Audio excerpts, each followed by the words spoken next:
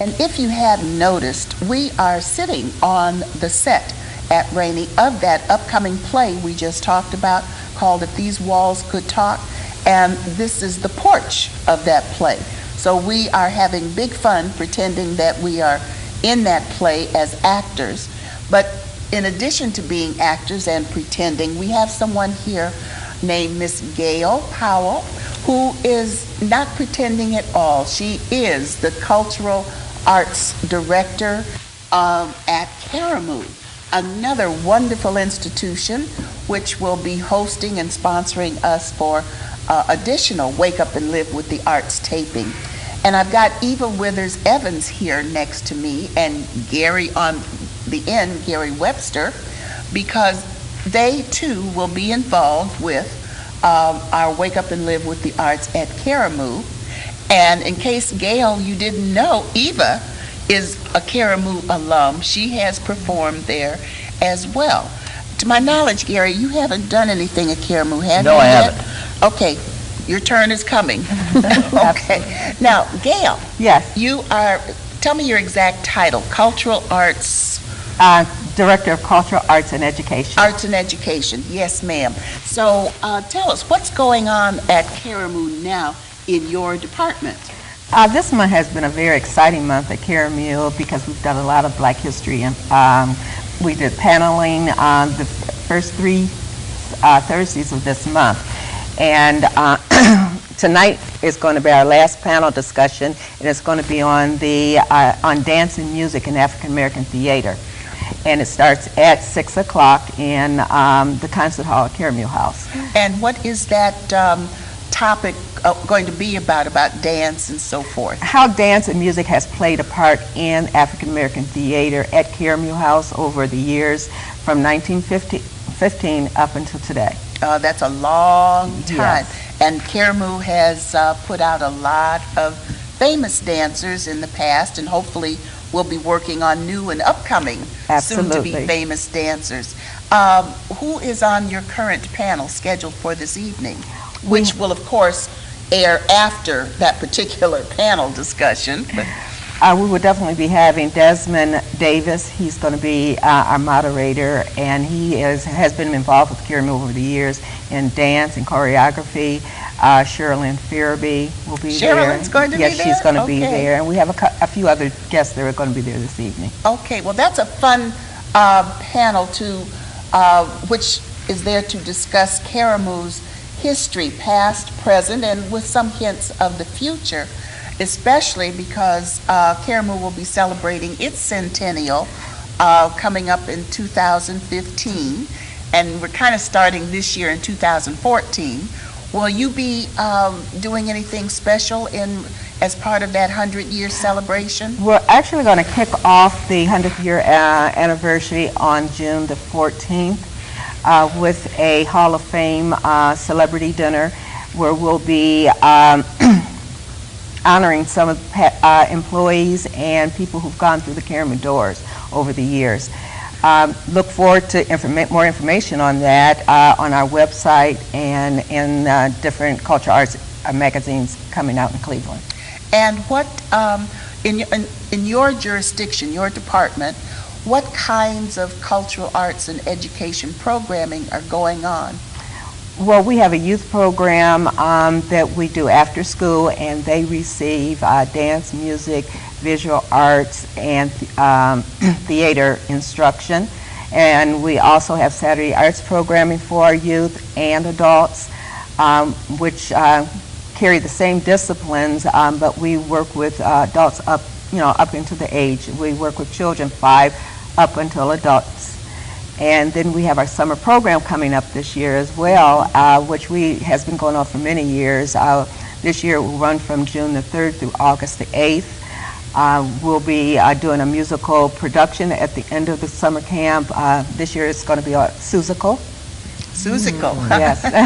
But But the children have a lot of fun with that because over those 10 weeks they actually learn everything they need to learn as far as the theater, the stage, dance, music, so that they can do that musical at the end. Okay, Eva, when you haven't been at Karamu as an actor for a minute or two, Right. as neither have I lately. Right. But what was your experience? Did you take classes there, or did you go in as an Well, actor? I go way back when they had all kinds of classes at Karamu, when the Silvers were there. That's Reuben and Dorothy Reuben Silver. and Dorothy Yeah. Silver. They, all you needed was a membership. You could take any class that you wanted. So Karamu was always full of people. That's how I remember it was always full of people. But and then I was involved with the TOPS program, the theater outreach Program. Yes, where you for take, about 3 years. you take performances and. Yeah. And then I've so- done a number of plays over the years. Well, are you 110 years old? Pretty much. I'm getting close. Okay, well, anyway, you'd have been a whippersnapper when Karamu got started, which was started by Russell and Rowena Jella, two of Cleveland's legendary theater and performing and cultural arts innovators. And you'll be learning more about Karamu next week, depending on when next week is, according to our airing time.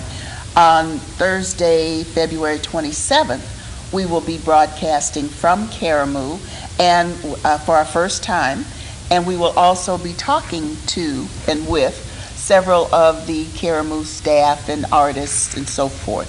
Yeah, Gary, you're a Clevelander, so what have you heard about Karamu over the years? Well, most of what I know about Karamu has come from my association with Wake Up and Live. What I was curious about is, first of all, that date you mentioned of June 14th for the celebration that's going to sort of kick off the 100 years of Karamu. Yeah. Is that date of any particular significance? Was it chosen because it is a date of some, other than being Flag Day, of some importance in Karamu's history? Well, actually, it was around the exact same time that Karamu was founded in 1915, around that same week of June. So we're going to kick it off, and we'll have activities going on throughout the year as we actually lead up to the 2015 date. Has Karamu always been a teaching institution, or is that something that it was evolved into after becoming a theater, first of all, and then evolving into a teaching institution? Well, actually, when it started in 1915, it was a settlement house, and it was a gathering place for people in the community to come and share, enjoy, and feast together. And out of that, the Jellas found out that the best way to bring different ethnic groups together was through cultural arts. And that's how the theater started and emerged into a education place for people to learn about the theater and the cultural arts. And we've had a lot of people come through our doors and have gone out and been very successful. And young people who have started out in the cultural arts and have escalated in their academics in school. Is there any significance to the name Karamu? I'm just curious personally. Oh, good question. Good question. Karamu is a Swahili word for the name of a gathering place, a joyful gathering place. And that's what it has been over the years. And Gail, if people want to find out more about Karamu's cultural arts and education programming, about their kids, and they don't have to be kids, they can be adults, right. Learning more about the classes or enrolling in the various drama, dance, instrumental music, all the various classes, where should they call? They should call Karamu House at 216-795-7070, extension 249 or either 243. And you can also go onto our website, karamuhouse.org. Good, and we'll have that on the screen as well. Now, you said there's a panel tonight. Is this the last in the series that's talking about Karamu and its accomplishments and its history? And Yes, tonight is the last night for the panel discussions, and like I said, it's going to be on music and dance. Last week's discussion was about things that took place from 1970 to present, and the very first panel discussion was from 1915 through the 1960s. Next Thursday, the 27th, we're going to have a citywide talent show at Karamu House. Tell us more about that. And we've sent out flyers to the School of the Arts and to various churches and organizations, and we're looking to have anywhere from 10 to 15 acts to come in, and people from throughout the city. And actually, we have a gentleman coming in from Akron who are interested in the arts, and they have some talent that they want to showcase. So it was going to be a night where they can come and just do that, and it would take place on the 27th from 6 to 8 p.m. Now, are these considered amateurs, professionals, or all are welcome regardless? All are welcome and regardless. Okay. And then on the 28th, that Friday, we're going to have a mix and mingle at Karamu House for old school. And Kevin Conwell and the Footprints will be there. We'll be having a little concert from them, but we'll be mingling and dancing afterwards up to 11 o'clock on the 28th. Okay, and that's, what's it called again, that particular event? Karamu Mix and Mingle. Okay, and again, call the same number to reach you for Same number, information? yes, absolutely, or go onto our website. And what is that address? The Karamu website is www.karamuhouse.org.